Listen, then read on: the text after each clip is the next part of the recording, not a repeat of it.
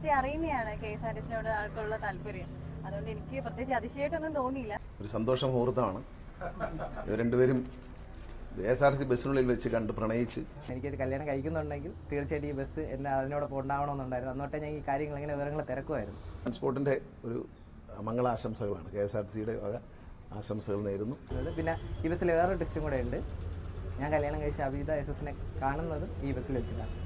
ജീവിതത്തിലെ ഏറ്റവും പ്രിയപ്പെട്ട നിമിഷത്തിലും KSRTC ബസ്സിനെ ഒപ്പം കൂട്ടിയ യുവമിഥുനങ്ങളെ മധുരവും പൂച്ചെണ്ടും നൽകി സ്വീകരിച്ചത് മന്ത്രി നേരിട്ടെത്തിയാണ്. സ്വന്തം നാട്ടിലൂടെയുള്ള ബസ് നഷ്ടപ്പെട്ടപ്പോഴാണ് തിരുവനന്തപുരം മാറനല്ലൂർ സ്വദേശി അമൽ KSRTCയുടെ ഓഫീസുകളെല്ലാം കയറിയിറങ്ങി പകരം ബസ് നാട്ടിലൂടെ എത്തിക്കുന്നത്. ചെറുപ്പത്തിലെ KSRTCയോട് പറഞ്ഞറിയിക്കാത്ത ഇഷ്ടമുണ്ടായിരുന്ന അമൽ ബസ്സിലെ സ്ഥിരം യാത്രക്കാരിയായ അഭിജിതയോട് പ്രണയം കൂടുന്നതും ഇതേ ബസ്സിൽ വെച്ച് തന്നെ. അങ്ങനെ ഏറ്റവും പ്രിയപ്പെട്ട നിമിഷത്തിൽ അതേ ബസ്സും ഒപ്പം വേണമെന്ന് രണ്ടുപേരും കൂടി തീരുമാനിക്കുകയായിരുന്നു.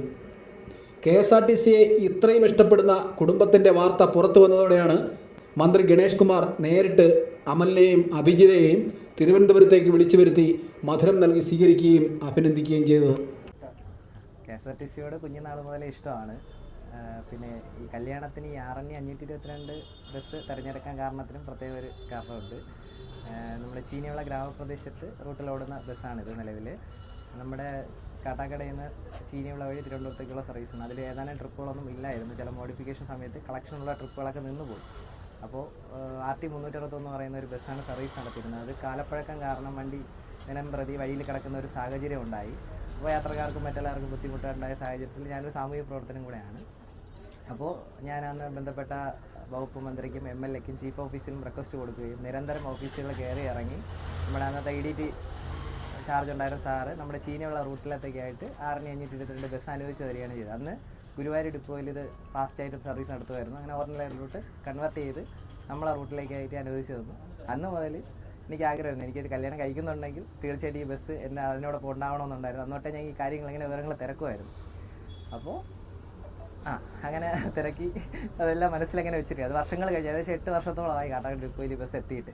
അപ്പോൾ അതിനുശേഷം ബസ്സിൽ നമ്മുടെ സ്ഥിരം ഞാൻ അതിലാണ് യാത്ര ചെയ്യുന്നത്. അതിലെന്തെങ്കിലും ഒരു തകരാറോ എന്തെങ്കിലും സംഭവിച്ചു കഴിഞ്ഞാൽ നമ്മളപ്പം തന്നെ ബന്ധപ്പെട്ട അവിടുത്തെ കാട്ടാക്കട ഡിപ്പോ ചാർജുള്ള AD അവരെല്ലാം അറിയിക്കുകയും അവർ സ്പോട്ടിൽ തന്നെ പരിഹരിക്കുകയും ചെയ്യും. പിന്നെ നമ്മളെ കാട്ടാക്കടത്ത് ജനറൽ C അലക്സാണ്ടർ സാറുണ്ടായിരുന്നു. സാറിൻ്റെ ശ്രദ്ധയിലും പെടുത്തും. സാറും കറക്റ്റായിട്ട് സർവീസ് മുടങ്ങാതെ അയക്കുമായിരുന്നു.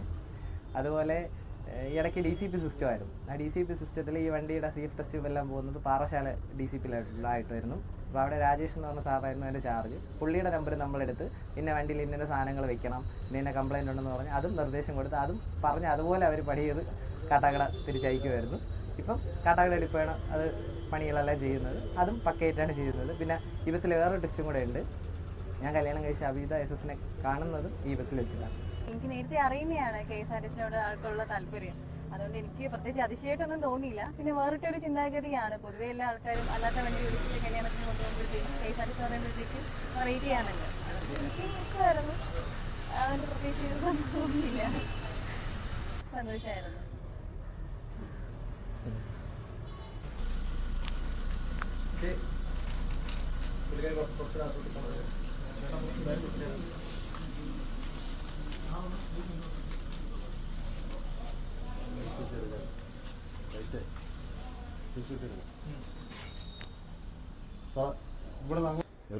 ഇവർ രണ്ടിലും KSRTC ബസ്സിൽ യാത്ര ചെയ്തു. അവിടെ വെച്ച് കണ്ടു, ഇഷ്ടപ്പെട്ടു, വിവാഹം കഴിച്ചു. KSRTCയുടെ മുമ്പിൽ വന്നെന്ന് തന്നെ ഫോട്ടോയും എടുത്തു. എല്ലാം കണ്ടു വളരെ സന്തോഷം. ഞാൻ പറഞ്ഞൊരു തമാശയ്ക്ക് പറഞ്ഞ KSRTC നേരത്തെ പറഞ്ഞിരുന്നെങ്കിൽ നമുക്ക് ബസ്സിൻ്റെ ഉള്ളിൽ വെച്ച് തന്നെ ഞങ്ങൾക്ക് താലി കെട്ടാമായിരുന്നു പറഞ്ഞു. ഏതായാലും ഒത്തിരി സന്തോഷമുണ്ട്. ബസ് പലപ്പോഴും ഇങ്ങനെ ഒരുപാട് ആളുകൾ കണ്ടുമുട്ടാനും പരിചയപ്പെടാനും ഒക്കെ കഴിയുന്ന ഒരു സ്ഥലമാണ്. നമ്മുടെ പ്രശസ്ത നടൻ മധുബാലൻ എപ്പോഴും പറയാറുണ്ട്, മധുബാലും അദ്ദേഹത്തിൻ്റെ ഭാര്യയും തമ്മിൽ കണ്ടുമുട്ടുന്നത് തൃശ്ശൂരേക്ക് പോകുന്നൊരു KSRTC ബസ്സിലാണെന്ന് പറഞ്ഞു കേട്ടിട്ടുണ്ട്. അവരങ്ങനെയാണ് കണ്ടുമുട്ടുന്നത് ആദ്യമായിട്ട്.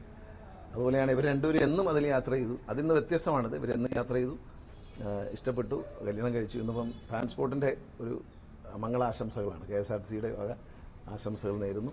എൻ്റെ സ്വന്തം നിലയിലും എല്ലാ പ്രാർത്ഥനകളും ആശംസകളും. അപ്പോൾ എല്ലാവരും ഒരു കുടക്കീഴിൽ നിന്നുള്ളൊരു ഇത് വന്നു. പിന്നെ അതിനോട് ഉപരി ഒരു കാര്യം കൂടെ മനസ്സിലുണ്ടായിരുന്നു. ഇപ്പം എല്ലാവരും സ്വകാര്യ വാഹനങ്ങളും മറ്റുമാണ് ഉപയോഗിക്കുന്നത്. KSRTC ഇപ്പം നഷ്ടത്തിലാണ് ഓടുന്നത്. അപ്പം ഇപ്പോൾ രാഷ്ട്രീയ കക്ഷികളായിരുന്നാലും ക്ലബ്ബുകളായിരുന്നാലും പൊതുവെ മറ്റുള്ള എന്ത് സ്ഥാപനങ്ങളായിരുന്നാലും അവരുടെ യാത്രകൾക്കും കൂടെ ഈ KSRTC പ്രയോജനപ്പെടുത്തണം എന്നുള്ള ഒരു ഇതും കൂടെ എൻ്റെ മനസ്സിലുണ്ടായിരുന്നു. കാരണം വെച്ചാൽ ഒട്ടുമിക്ക ആൾക്കാർക്കും അറിയില്ല KSRTC ബസ് ഇങ്ങനെ വിട്ടുകൊടുക്കും എന്നുള്ള കാര്യം. അപ്പം ഇനി ഈ സംഭവം എന്ന് വെച്ച് കഴിഞ്ഞാൽ KSRTC നമ്മളും കൂടെ നമ്മളാൽ കഴിയുന്ന സഹായം കൂടെ ചെയ്യുക. KSRTC പൊതുമേഖലാ സ്ഥാപനമാണ്, സാധാരണക്കാരുടെ ആശ്രയമാണ്, അത് ഒരിക്കലും തകരാൻ പാടില്ല. അപ്പം നമ്മളാൽ കഴിയുന്ന സഹായം നമ്മളും ചെയ്യുക KSRTCക്ക് വേണ്ടിയിട്ട്.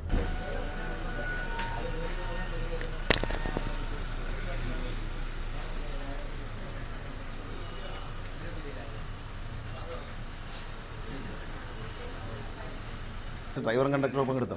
അവരെ വിളിച്ചിരുന്നോ? അവരെ വിളിച്ചിരുന്നു.